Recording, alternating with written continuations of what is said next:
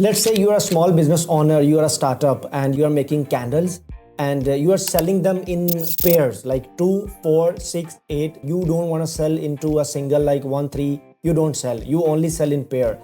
And now you produces some units like 37, 58, 15. You want to make them even, like you divide your units by 2 and you will find like how many pairs I have. Now the problem is 18.5, 29, 7.5, you cannot sell this way. So I'll use the even function to rearrange my number of units. For example, 37, it gives me 38. So now I know that I need a 38 number of units to make even pair.